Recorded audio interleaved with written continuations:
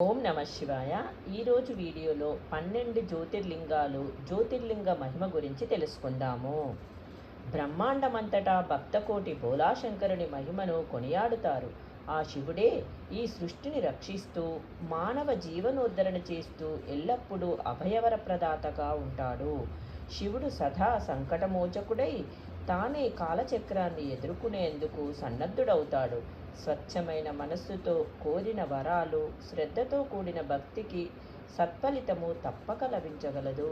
భోలాశంకరుడు దయార్థ హృదయుడు, సదాచారి, భక్తుల హితవును కోరేవాడు. బ్రహ్మ సృష్టి రచనకు రక్షకుడు భోలాశంకరుడే. ధర్మరక్షణకు భోలాశంకరుడు హాలాహలాన్ని త్రాగాడు. భక్తుడైన భగీరథుని మొరవిని గంగాజల ప్రవాహాన్ని తన జటాజూటాన బంధించేశాడు. పార్వతీమాత కఠోర తపస్సుకు ప్రసన్నుడై ఆమెను తన అర్ధాంగిగా స్వీకరించాడు.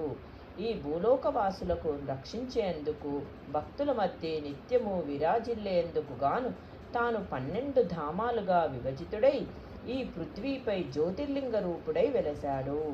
ఈ 12 జ్యోతిర్మయ ధామాలు 12 జ్యోతిర్లింగాలుగా ప్రసిద్ధి చెందినాయి. మనుజులు జీవకోటి ఈ పృథ్వీపైనే నివసిస్తుంటారు.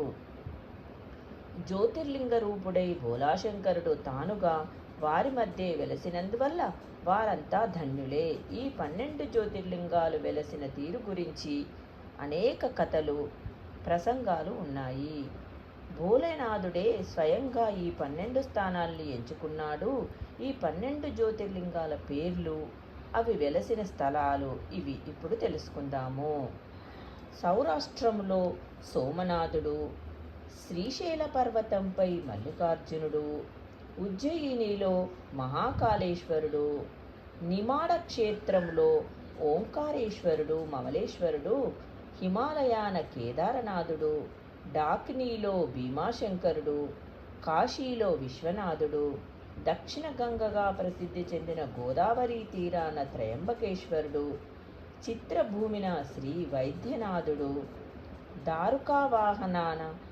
దారుకావానాన నాగేశ్వరుడు, సేతుబంధం వద్ద రామేశ్వరుడు, శివాలయ తీర్థాన కృష్ణేశ్వరుడుగా వెలశాడు. ఈ 12 జ్యోతిర్లింగాల తేజస్సు ఎంత ప్రభావం కలది, శక్తివంతమైనది అంటే వీటి పరిధిలోకి ప్రవేశించే ప్రాణులంతా శివమయమైపోతారని చెబుతారు. వారికి శివదర్శనాకాంక్ష తప్ప వేరే ధ్యాస ఉండదని అంటారు. నిరంతరము వారి అంతరాత్మ ఓం నమ శివాయ అనే జపము చేస్తుంటుంది. ఇదంతా ఆ భోలానాథుని సన్నిధిలో ఉండటం వలననే కదా. ఈ 12 జ్యోతిర్లింగాల మహిమను గురించి శివపురాణములో పేర్కొనబడింది. ఓం నమ శివాయ. రేపటి నుండి 12 జ్యోతిర్లింగాల యొక్క విశిష్టత గురించి తెలుసుకుందాము. రేపటి వీడియోలో సోమనాథుని యొక్క జ్యోతిర్లింగం గురించి తెలుసుకుందాము. ఓం నమ శివాయ.